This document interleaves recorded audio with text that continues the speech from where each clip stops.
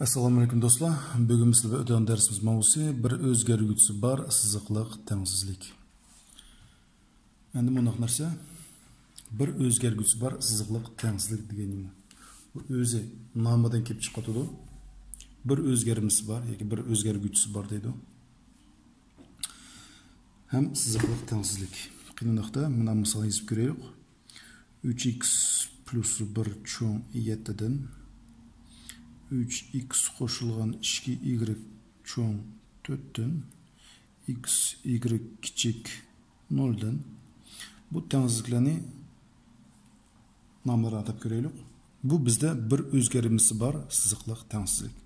Bu bizda bir o'zgarmasi bor siziqliq tengsizlik emas. Tengsizlik kechirsa bu yerda y bo'ladi. Agar mundaq ikki turlik o'zgarish ko'rsak, bu bir o'zgarmasi bor siziqliq tengsizlik bo'la olmaydi. Demak, bu bugungi mavzu bo'yicha bir o'zgarmasi bor siziqliq tengsizlik bo'ldi. Bu bizda bir o'zgarmasi bor siziqliq tengsizlik bo'ldi. Mayli y 2 ga yozilsin. Bu bizda bir o'zgarmasi bor siziqliq tengsizlik bo'la olmaydi. Chunki bizda o'zgarguchlar x, y. Aytaylik, yana bir 3x qo'shilgan 2 kichik 5 transhilgan 3 ilgan 7x minus 4x. Bu bir o'zgarmasi bor siziqliq tengsizlik. Chunki bu yerda barliq o'zgaruvchilar x. Hammasi bir xil o'zgaruvchilar. Shu sababdan buni bir o'zgarmasi bor siziqliq tengsizlik deb aytamiz. Kelasi yozaylik. 3x kvadrat ilgan 5x plus 6 cho'ng 0 dan. Bu bizda bir o'zgarmasi bor tengsizlik, ammo siziqliq emas. Siziqliq emas. Chunki bizning turdi kvadrat turdi. Shu sababdan qani bor tengsizlikni yana bir aytib deylik. Bu bizda bir o'zgarmasi bor siziqliq tengsizlik, chunki yolg'iz x. Bu bir o'zgarmasi bor siziqliq tengsizlik, chunki har ikkalasi birdek o'zgarish turdi y. Bu bizda bir o'zgarmasi bor siziqliq tengsizlik emas, chunki bizda ikki turlik o'zgarish kirib ketdi. Bu bizda bir o'zgarmasi bor siziqliq tengsizlik, chunki barliq o'zgarguchlar bir xil. Endi bu bizda bir o'zgarmasi bor siziqliq tengsizlik emas, chunki bu yerda kvadrat bor. Shu bilan biz bir o'zgarmasi bor siziqliq tengsizlik to'g'risida tushunib oldik.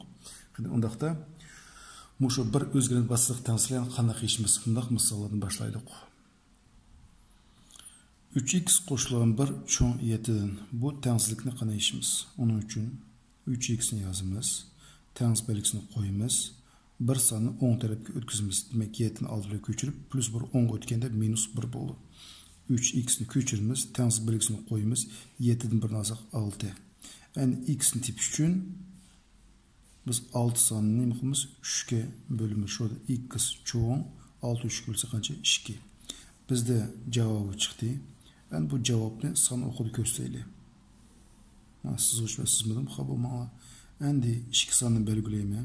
Andikin oynama. Qanda oynama. Yani ben bunu okuşum gerek. İlk kız çoğun 2'den. 2'den çoğun sala 2'nin 10 tarafıdır mı? Ya ki sol tarafıdır mı? Elbette 2'den çoğun sala 2'nin 10 tarafıdır. Demek 2'nin 10 tarafını ştrihlayma.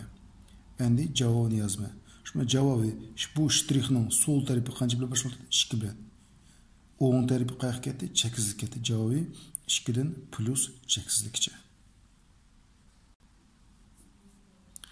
Kelasi bizda bundaq tengsizlik bersin deylik. Bu tengsizlik qanday ishimiz? Biz uning uchun x larni bir tarafga, sollarni ikkinchi tarafga yig'ishtirishimiz kerak. Qani x lar? Mana biz o'zgaruvchilar shunaqa. 5x. Ana qarang, bu o'zgarish tengsizlikning o'ng tarafida turdi. Yani bu tengsizlik sol tarafa o'tkazganda minus 3x bo'ldi. Anki bu tengsizlik belgini ko'chiramiz. Ko'rdingizmi? Qarang, bu 3x tengsizlikning o'ng tarafida turadi, endi tengsizlik belgisining sol tarafiga o'tdi. Shu sababdan bu bizning koeffitsiyenti ijobiy santi, endi koeffitsiyent ketdi, salbiy san bo'lib ketdi. O'ng tarafda bizda 9 qoldi. Endi bu plus 1 ni bu o'ng tarafiga o'tkazsam, qancha bo'ldi? Minus 1 bo'ldi. Şunun bilen 5x dan 3x alsak bizde 2x çoğun 9'un birini alsam 8. X tepiş için her ikili tarafını 2'ye bölü etme desem bolu. 2'ye bölü etsem x kaldı. Çoğun 2'ye bölü etsem kança 4. Endi Sanıqlı sayılıq bunu. Belgileyimiz 4. X çoğun 4'tün dedi. Çoğunuz qayıqını iştiriklayımız, 10 tarafını iştiriklayımız. Cevabı bunun buldu. 4'tün plus çeksizliki buldu. Kelesi bizde bundaq təngsizlik beribdi. Bu təngsizlik qanday işimiz? Onun üçün biz kəsirdən qutulub erişimiz gerek. Kəsirdən qutuluşunun amalı umum məxrəciga təngsizlikin barlıq əzalarını köpəytiş. Demək 3/4 umum məxrəc qancha? 12. Umumi məxrəci 12. Şu səbəbdən şu umum məxrəcin qımı 12 ga köpəyib bermə. 12 köpəysən birinci kəsirini 12 ilə 3 qısqırıb 4-ni tegdi. İkinci kəsirini 12 köpəysək 12 ilə 4 qısqırıb 3-ni tegdi. Hem 0'ga 12 öz keldi. 4'ni tırnaqçı yazıp tırnaqçıga x elingan ishkini öz bitçi köçürmüz. 4 köpeytilgan. Elingan 3 tırnaqçı ichiga 2 qo'shilgan 3x. Çoğun 12 0 köpeytsek 0. Endi tırnaqçıga köpeytip açışımız gerek. 4'ni x köpeytsek 4x. 4'ni minus 2 köpeytsek minus 8. Bu bizde 3 emas, bu minus 3 ise tam qısbaya. Minus 3'ni 2 köpetsek minus 6. Minus 3'ni plus 3x köpetsek minus 9x çoğun 0'dan. Biz buna qaraganda kəsirdən qutulduq. Endi oxşaş əzalarını yığışdırırıq. 4x minus 9x. 4x'in 9x alsak minus 5x. Minus 8 minus 6 minus 14 çoğun 0'dan. Endi minus 5x'ni qaldırırız. Minus 14'ni təngsizlikdən 10 tərəfə ötküzümüz. Yani 0 plus 14 buldu. Qarаңыз, təngsizlikdən sol tərəfə turadi, endi təngsizlikdən 10 tərəfə ötdi. Şurada minus 5x çoğun 0 14'ni qoysa 14'ni. Endi qarаңыз, bizde aldı minus 5 durdu. Şu səbəbdən biz minusu qutulub alsaq buldu. Yoki minus 5'ga 1'ni bölüb etsək buldu. Biz minus 1 köpeytib alayıq. Nima üçün deganda bu salbiy tamg'ini ayrilish uchun minus 1 köpeytib atsak bizde 5x buldu. Salbiy son köpeytganlikdan qarang, tangs belgisi qarama-qarshiga o'zgardi. Mana bo'yab yozatma. Nima uchun? Qarang, tangs belgisi bizde sol tarafni cho'ngdab ko'rsatadi. Endi qarang, cho'ngdab ko'rsatadi o'ng tarafni. Minus 1'ni minus 5 köpeytse plus 5 buldu. Endi 14'ni minus 1 köpeytse minus 14 buldu. Endi biz x'ni tepish uchun minus 14'ni 5'ga bölümüz. Minus 14'ni 5 bölsek minus 2,8. Endi biz bunu sizaylık. Minus 2,8'ni belgileyimiz. Minus 2,8. Yani x kiçik deydi. Kiçik ise bu minus 2,8'in sol tarafına iştiriklayımız. Yani bu ştrixnin sol bişi minus çeksizlikte, 15'i minus 2,8'e. Demek cevabı minus çeksizlikten minus 2,18 geçe. Yani qaranglar, bu halette bezbirlik mundaq yeshishkim bo'ldi. Minus 5x çoğun 14 tungu. Her ikili tarafni minus 5 sanık bölüytimiz sekin bo'ldi. Minus 5'ki bölsek, tengsizlik belgisi qarama-qarshi o'zgardi. Unutib qolmaylik. Chunki biz salbiy songa ko'paytib bo'lganda tengsizlik belgisi qarama-qarshiga o'zgardi. Shu sababdan biz minus 5'i minus 5 bölsek 1 bo'ldi. Demak x tengsizlik belgisi qarama-qarshi o'zgardi. Qaranglar. Qarama-qarshi o'zgardi. 14'i minus 5 bölsek minus 2,18. Yani şu cevap çıktı. Biz birdilla minus 5'ke bölüp ettik. Demek cevabı minus çeksizlikte minus 2,18 geçe. Kelesi bizde mundaq tengsizlik berishni deylik. Bu tengsizlik qanday ishimiz? Bu tengsizlik ish uchun biz bu tırnaqdan ko'paytib ichishimiz kerak. Shu sababdan qani ish ko'raylik. Ko'rishlar hozir 4x'ni o'z bitch ko'chiramiz. Yani bu minus 3 sonini tırnaqchiga har bir a'zoga ko'paytma. Minus 3'ni 5 ko'paytsa minus 15. Minus 3'ni minus x köpeytsem, yani salbiy son köpeytsek ijobiy son bo'ldi. Minus 3'ni x köpeytsek plus 3x bo'ldi.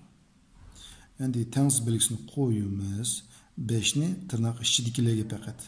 Tırnaq sirtidagi emas, ichidagilarga har birisi ko'paytamiz. 5'ni 2x köpeytsek 10x. 5'ni minus 1 köpeytsek minus 5. Bu plus 2'ni yani öz biçi köçürüp biz koyma. Endi x sonu sol tarafga yig'ishtirma, sonlarni o'ng tarafga yig'ishtirma. Qarang, sol tarafdagi x'lar bizga 4x plus 3x. Her ikisini qo'shib 7x deb biz qo'ysam bo'ldi. Minus 15 ni ko'chirib qo'yay. Tangs belgisini qo'ydik. Demak, men sol tarafni nima qildim? O'xshash azolar yig'ishtiryapman.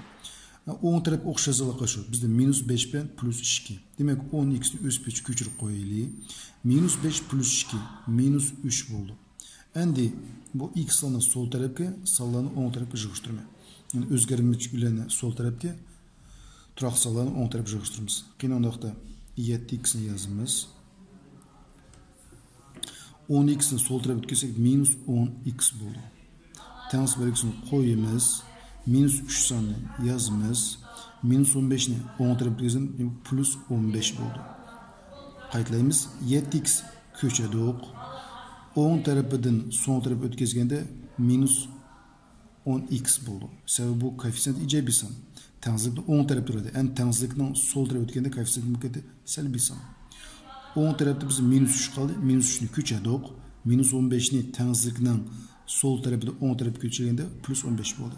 7x ilova 10x minus 3x cho'ng yoki tang minus 3 plus 15 qancha bo'ldi? 12 bo'ldi. Endi biz her ikki tarafni minus 3 ga bo'lib o'taylik. Minus 3 songa bo'lib o'tdik. Minus 3 ga bo'lsak, salbiy son bo'lsak, tangs belgisi qarama-qarshiga o'zgardi. Demak, qarama-qarshi o'zgartib olaylik. Minus 3 ni minus 3 ga bo'lsak, ijobiy son bo'ldi, 1 bo'ldi, ya'ni x. 12 ni minus 3 ga bo'lsak, minus 4 bo'ldi. Demak, javobimiz x kichik ketadi, minus 4. Endi buni sizab ko'rsatishimiz kerak. Sizaylik.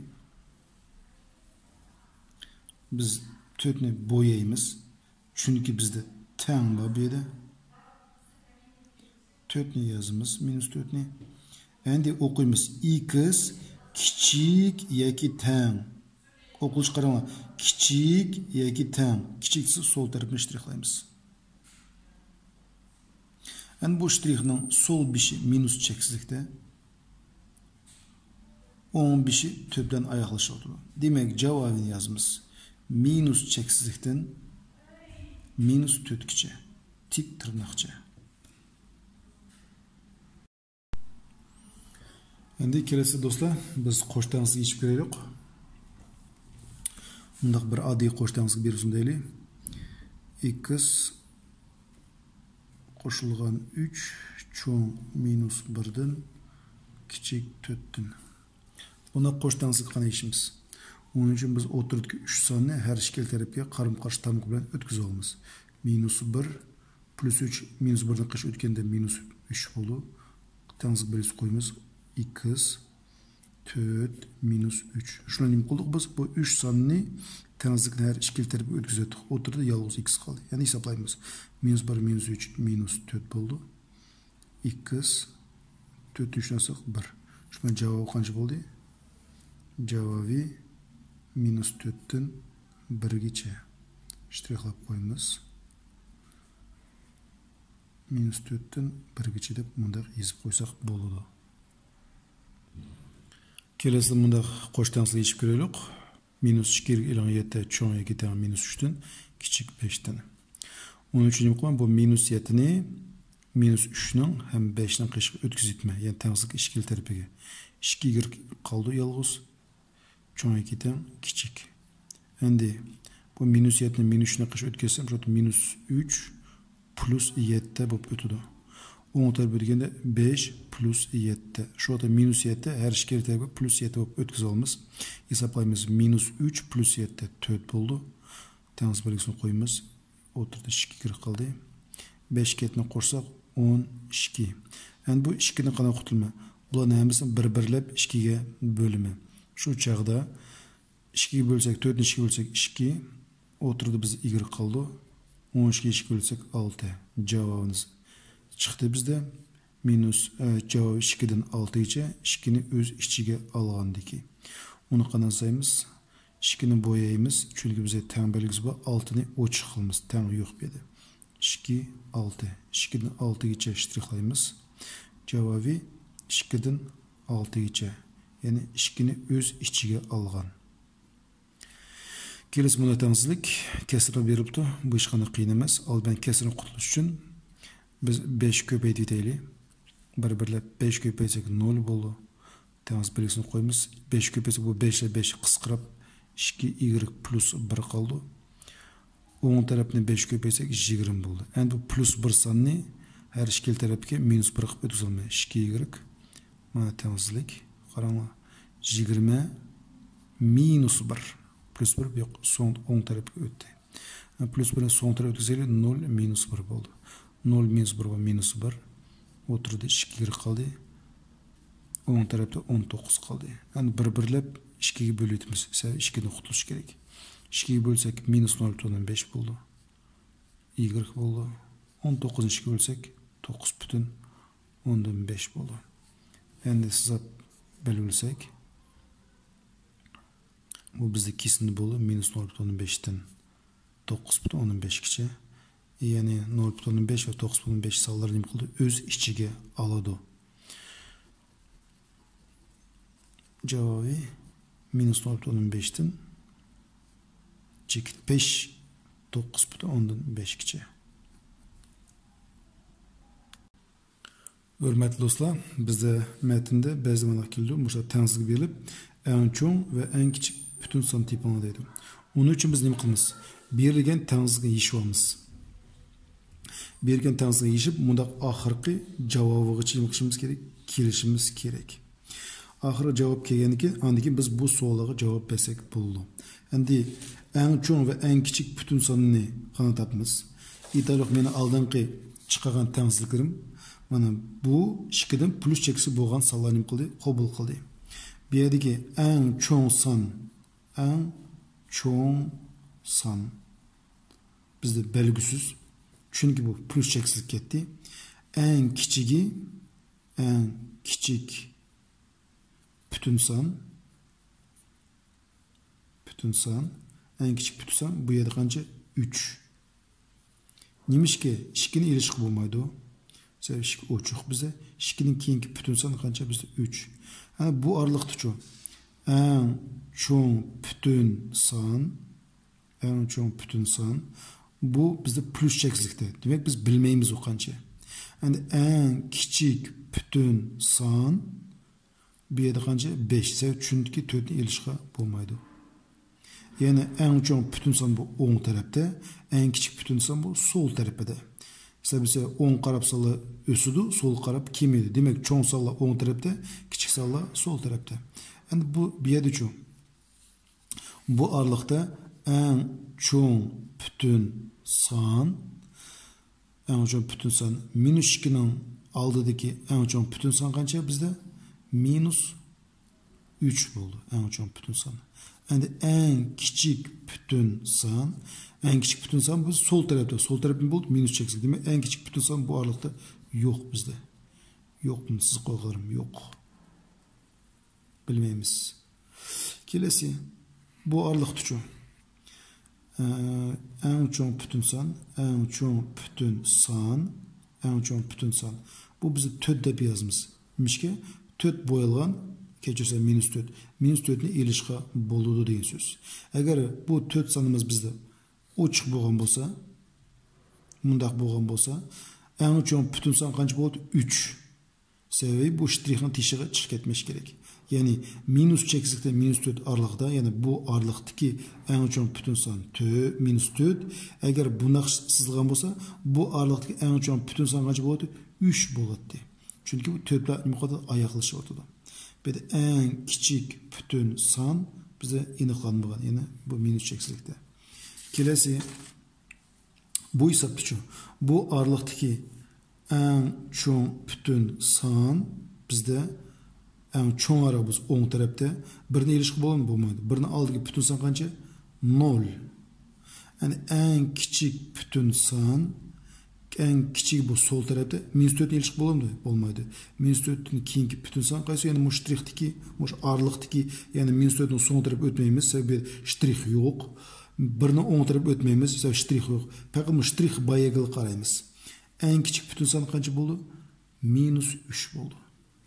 Kelesi bu aralıqdaki eng cho'ng bütün son, eng kichik bütün son. En çoğun bütün san oң tarafıda, kiçigi sol tarafta. Oң tarafta altın ilişki bolar mı? Bolmaydı. Demek altına aldığı bütün san qaysı? 5. Endi sol tarafta 2'nin ilişki boldu. Çünkü boyalgan. Demek en kiçik bütün san qancha? 2. Endi bu aralıktaki en çoğun bütün san, en küçük bütün san.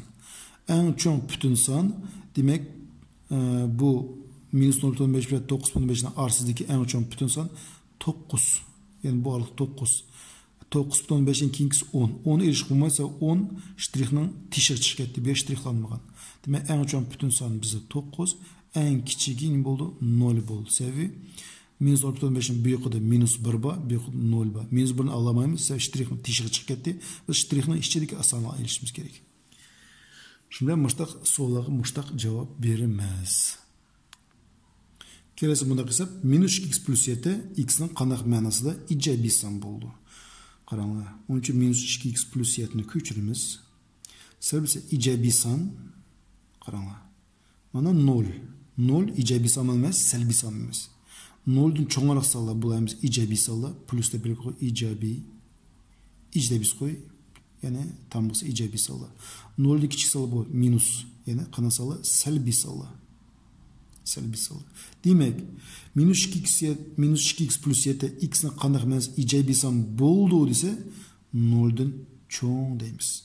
Eğer x'nin qanaq mənası salbi san boldu dese vaqtında bezatuk 2x elinğan plus 7 minus 2 plus 7 kiçik 0 dep yazar. Eğer bizde icabini ornuna turgan bolsa salbi turgan bolsa salbi. Demek bizde x'nin qanaq mənası da icabi san boldu degan biz çoğ 0 dep yazarız. Muştansı işimiz minus 2x çoğ 0 minus 7 boldu. Minus 2x çoğ minus 7'den bir-birlep minus 2'yi bölüp almamız 2x boldu. Tağız birisi qarım-qarşı özgürdü salbi sanı bölüp atımız. Şu sebepten minus 7'ni 2 bölsek, minus 2 bölsek 3,5. Siz aydan bolsak mana 3,5'ni bölüküreyimiz. X kiçik 3,5'ten okuyumuz. X kiçik 3,5'ten kiçik sol tarafını okuyumuz. Ştrihlayımız. Cevabı minus çeksizlikten 3,5 kiçik. Yani x'nin minus çeksizlikten 3,5 kiçik bu aralıkta bu ifademiz ne oldu ki? İcabi san boldu. Endi biz tengizliklerini yaştık. Ahırda bizde sol tarafta 0x bu kaldı, oң tarafta qanaqtı bir san kaldı. O çağda qanaq qılımız. Eğer bizde sol tarafta 0x bulup, oң tarafta qanaqtı bir san bolsa, o çağda biz oylaymiz. 0x degimiz bu 0. Dursun mu? Kiçik qanchadan 5'ten. 0 5'ten kiçik mi? Elbette küçük. Demek yeşimi her qandaq san. Her qandaq san. Çünkü x ona xalgan san qo'ysanlar bu tengsizlikle to'g'ri bo'ladi. Kelesi biz tengsizlikni yechdik, x ni yig'ishtirib bo'ldik. Bizda 0x cho'ng 4dan bo'lib chiqaldi. U chaqda qanday qilamiz? 0x degimiz bu 0 çoğun qanchadan 4'ten. Yani o yüzden o'ylab ko'ringlar. 0 4'ten çoğun mu? Yo'q. Demek bu tengsizlikning yechimi yo'q deb bundaq yazsak bo'ldi. Kelesi agar bizda 0x kichik minus 5'ten chiqqan bo'lsa, 0x degimiz 0 kichik minus 5'ten. 0 minus 5'ten kichik mi? Elbette kichik emas. 0 hech qanday salbiy sondan kichik emas. Shuning uchun nima deymiz? Yechimi yo'q. Endi 0x degimiz 0 cho'ng qanchadan? Minus 7'dan. 0 har qanday salbiy sondan cho'ng. Bu to'g'ri. Demak, yechimi har qanday son. Har qanday son. Qisqartib yozdim, xafa Kelesi biz bunda hesap mana bir tengsizlik beripti. Endi mana metin berib qo'yibdi. X ning har qanday ma'nosida tengsizlikning to'g'ri bo'lganligini dalillanadi. Buning uchun biz tengsizlikni yechaylik. 0.12 ni x ko'paytsak 0.12 x, 0.12 ni plus 3 ko'paytsak plus 0.6. Minus x ile plus 13'ün üst bitçini okumuz köçürüp alımız. Çoğun bu üçünü mü köçürümüz? Minus 0.18'i x köpeytsek minus 0.18 x. Minus 0.8'i minus 4 köpesek plus 3,2. Yani x'dan sol tarafga sallanıp turak sallan oң taraf yığıştırmamız. Qani x'imiz mana. Demek bu 0.12 x bilen minus x'i öz peç köçürüp endi qarаңlar. Tengsizlikning oң tarafidagi bu minus 0.8'i sol tarafa ötközgende plus 0.18 x boldu.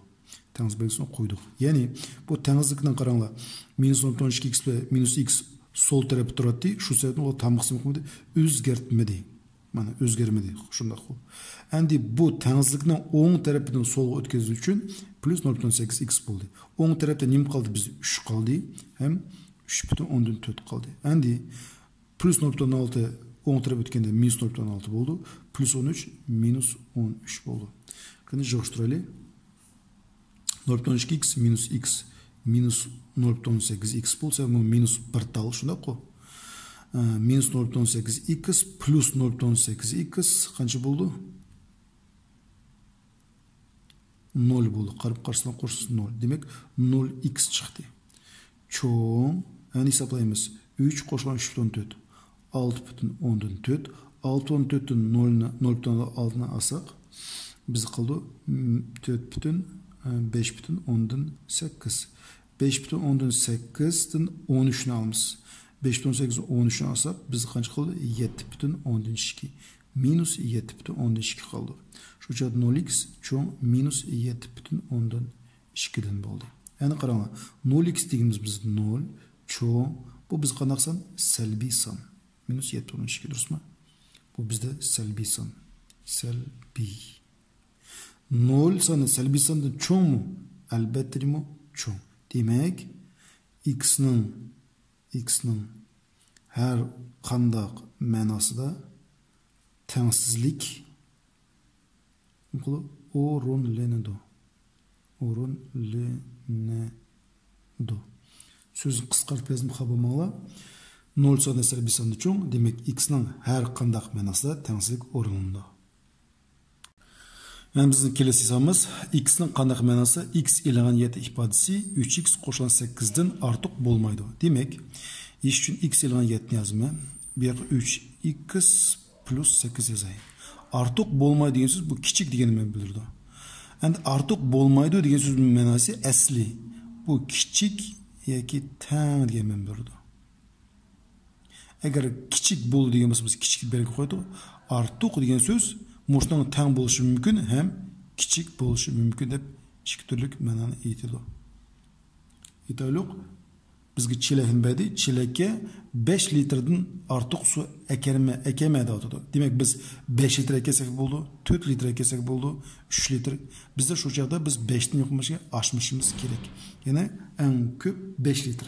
Demak bu yerda ortiq degan so'z ya buning tang bo'ldi yoki buning kichik bo'ldi. Bu tangsiz ishimiz. X minus 3x kichikdan 8 plus 7'den.